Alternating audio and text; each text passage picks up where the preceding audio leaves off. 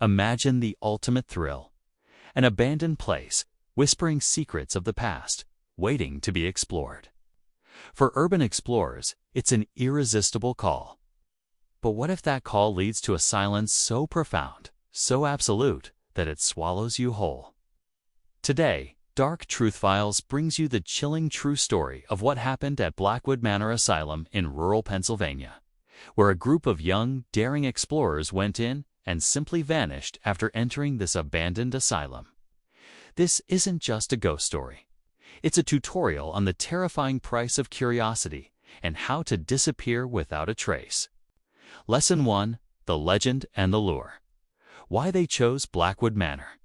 Every haunted location has a backstory, a tragic history that draws the curious and the brave. Blackwood Manor Asylum was no exception. Its dark past was a magnet for those seeking forbidden thrills. Step 1: Discovering the legend. Online buzz. Our story begins in the summer of 2022 with a group of 4 friends from Philadelphia: Alex, Maya, Ben, and Chloe. They were seasoned urban explorers, always looking for their next big find.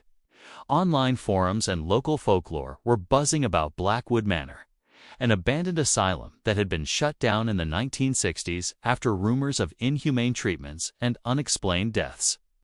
The asylum's dark past. Blackwood Manor, originally built in 1898, was known for its radical treatments and the mysterious disappearance of several patients and even a nurse in the 1940s. Local legends spoke of restless spirits, chilling whispers, and a pervasive sense of dread that clung to its crumbling walls. This was their ultimate prize. The unverified claims. Chloe, with her research skills, dug up old newspaper clippings hinting at state investigations and patient abuse. But verifiable proof of supernatural activity was, of course, elusive. This only fueled Alex and Ben's excitement, a real-life mystery to uncover. Step 2: Planning the expedition. Research and reconnaissance. As per their urban exploration tutorial, they meticulously planned. They studied satellite maps, identified potential entry points, and researched the building's layout from old blueprints found online. They knew the asylum was massive, with multiple wards, a recreation hall, and extensive underground tunnels. Equipment checklist. Their gear was top-notch, high-resolution night vision cameras, a portable drone with thermal imaging, EMF detectors, voice recorders, flashlights, first aid kits, and walkie-talkies. Maya prepared a custom app for real-time location tracking via GPS and cellular triangulation. Setting ground rules. They agreed on strict protocols. Stay together. No solo excursions. Check in every 30 minutes on walkie-talkies. And if anyone felt genuinely unsafe, they would immediately evacuate. They believed their meticulous planning would ensure their safety.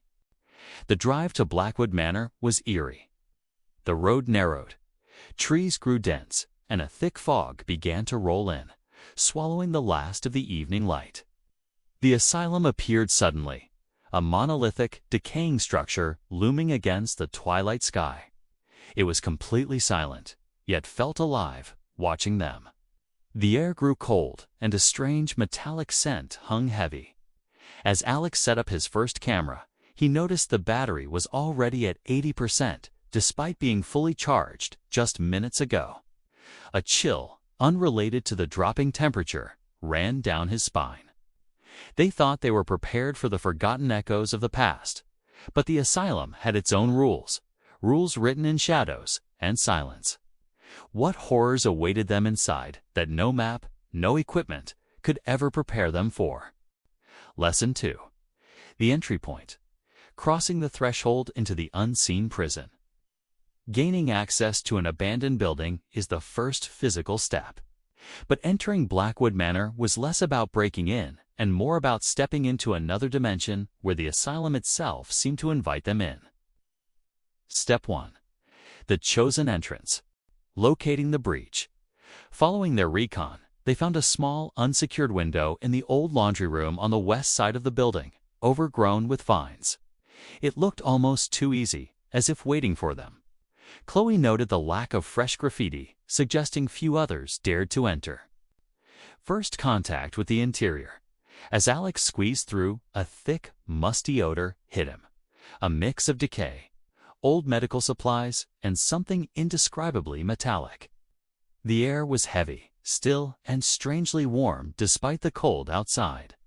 Their flashlights cut through the absolute darkness, revealing peeling paint, rusted machinery, and an oppressive silence that swallowed the sound of their own breathing. The malfunctioning tech. Inside, Maya's custom GPS app struggled to get a fix. "Signal's weak," she muttered, but that's normal in old concrete buildings.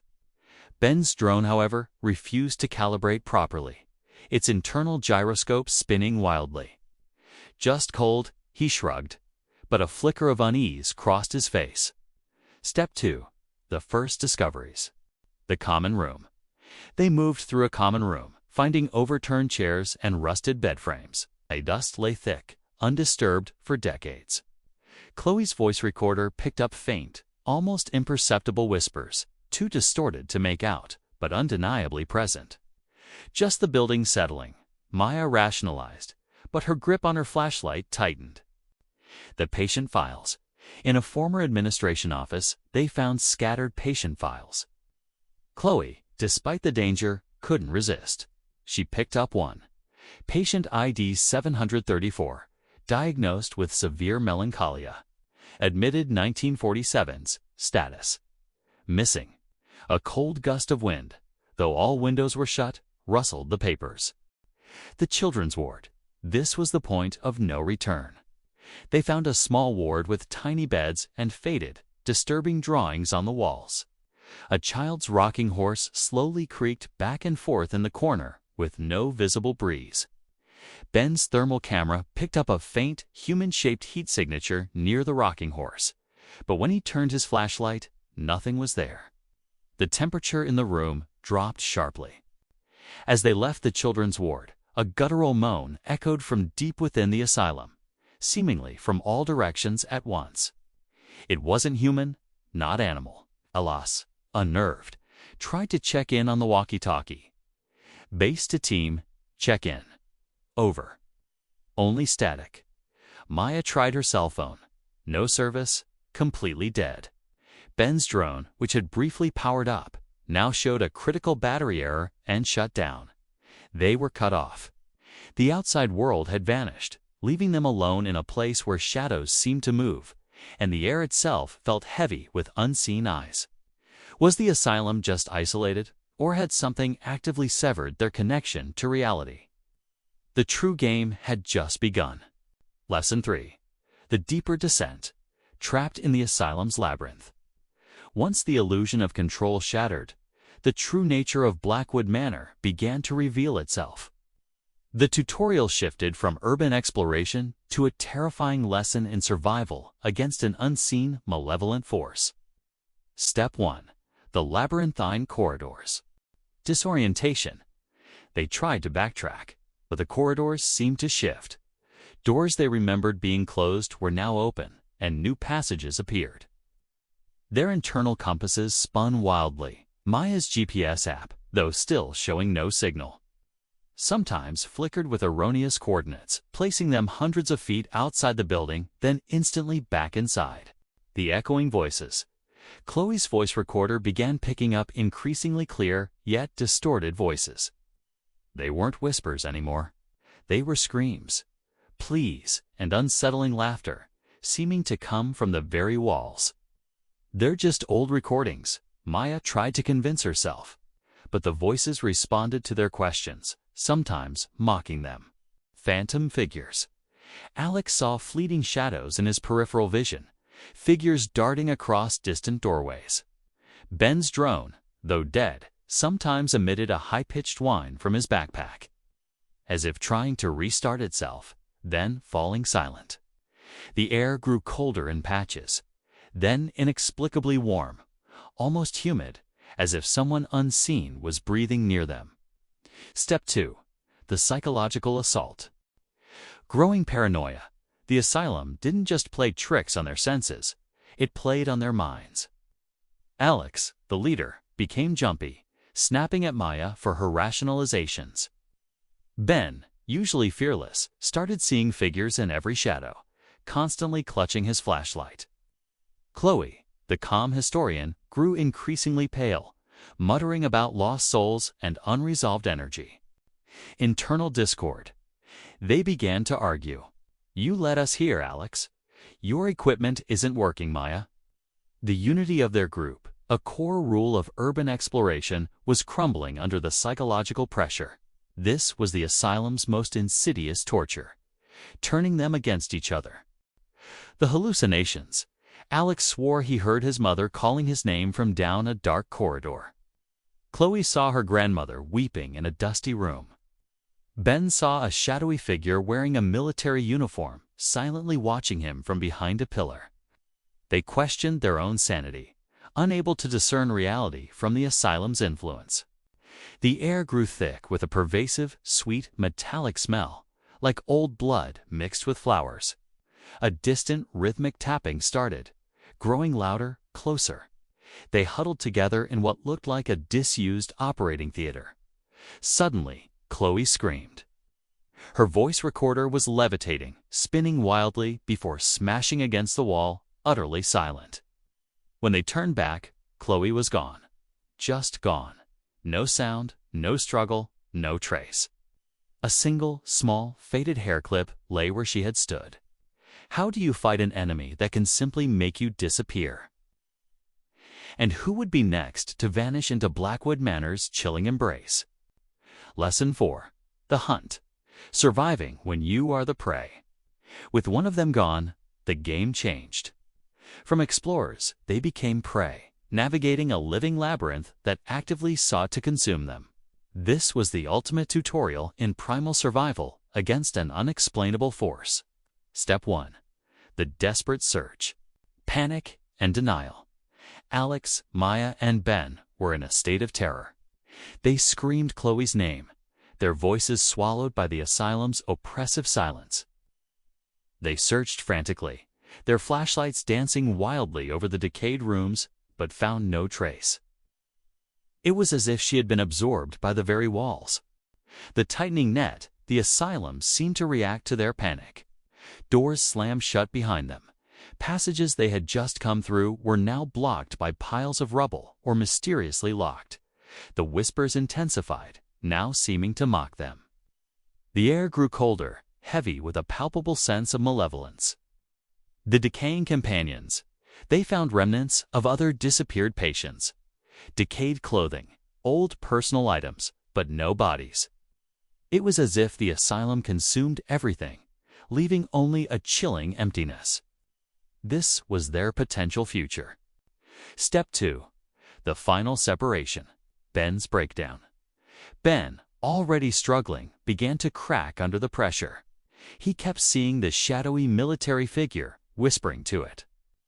He believed the asylum was calling him, promising to reveal secrets if he just followed. The disappearance of Ben.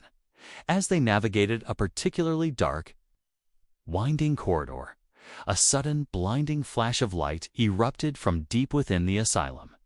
When it subsided, Ben was gone. Just gone. His drone backpack lay on the floor, its thermal camera somehow reactivated, showing a single, rapidly fading, human-shaped heat signature moving through the solid wall. Alex and Maya alone. Now, only Alex and Maya remained. The silence that followed Ben's disappearance was heavier than ever. Their walkie-talkies were still dead. Their cell phones useless. They were utterly, terrifyingly alone. Alex and Maya huddled together, their flashlights crisscrossing the crumbling room. They could hear the faint, rhythmic tapping again, closer this time, accompanied by a child's distant, distorted humming.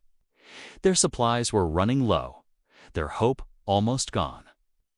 The asylum felt like a sentient being, closing in, savoring its prey. They knew escape was impossible, but survival was their only option. What final horrific tutorial would Blackwood Manor inflict on its last two victims before they too joined the endless silence of its forgotten halls? Their chilling final moments are a stark warning to anyone who dares to cross the threshold of the unknown. Lesson 5. The Aftermath. The Echoes of What's Left Behind. For Blackwood Manor, the story ended with the assimilation of its new victims. For the outside world, it was the beginning of another unsolved mystery, a chilling testament to the dangers of the unseen. Step 1. The initial investigation. Worried families.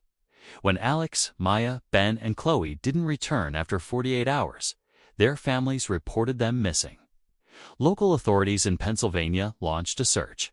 The abandoned car. Their car was found parked neatly on the dirt road leading to Blackwood Manor. Inside, their carefully laid out emergency plan, untouched snacks, and a full gas tank. A chilling clue. The inconclusive search. Police, using canine units and even a drone, searched the immediate perimeter and forced entry into the asylum. They found no traces of the group inside, no signs of struggle, no bodies, no evidence of a conventional crime. The building was empty, silent, and decaying, just as it had been for decades. Step 2. The unfound evidence. The discarded gear. Police found Ben's drone backpack outside the perimeter, discarded as if it had been thrown out. The drone inside was dead, but its memory card was intact. The haunting footage. The footage was fragmented, corrupted in places. It showed the entry, the common room, the patient files. Then, in the children's ward, the rocking horse, the thermal signature, and the sudden drop in temperature. It picked up Chloe's faint whispers and the guttural moan. The last few seconds were pure static, followed by a fleeting, highly distorted image of a shadowy figure before the footage abruptly cut out. There was no footage of Chloe or Ben's actual disappearance, or of Alex and Maya's last moments. It was as if their cameras simply ceased to function at crucial junctures. The voice recorder's silence. Chloe's smashed voice recorder was found inside, miraculously, by the police. Its internal memory was corrupted, only emitting white noise. Step 3. The unsolved mystery. Official conclusion. The police eventually concluded it was a missing persons case, with no clear evidence of foul play or conventional disappearance. The case went cold, added to the long list of unsolved mysteries. Local authorities often dismissed it as a tragic outcome of urban exploration gone wrong, attributing it to a collapse or accidental death despite no bodies being found. The enduring legend. The disappearances only fueled the asylum's dark legend. Blackwood Manor became even more infamous, a place truly cursed, a site where people simply vanished. Families of the missing continued to search, but found nothing. The final warning. The story of Alex, Maya, Ben, and Chloe became a chilling warning whispered among urban explorers across the USA, a tutorial on the ultimate risk, that sometimes the thrill of the forbidden comes with an irreversible cost. They entered an abandoned asylum seeking secrets, and instead became secrets themselves, absorbed into the silent, hungry walls of Blackwood Manor. The chilling true story of Blackwood Manor is a haunting reminder that some places are not merely abandoned. They are sentient, waiting. Marcus Thorne's fight for justice against bureaucracy was one type of unseen torture. But the fate of Alex, Maya, Ben, and Chloe at Blackwood Manor Asylum reveals another. The terrifying truth that some prisons are not built by man, but exist outside our understanding, capable of consuming human life without a trace. They vanished after entering this abandoned asylum, and Blackwood Manor holds their silence forever. For more chilling insights into unexplained phenomena and the darkest corners of true history, make sure to subscribe to Dark Truth Files.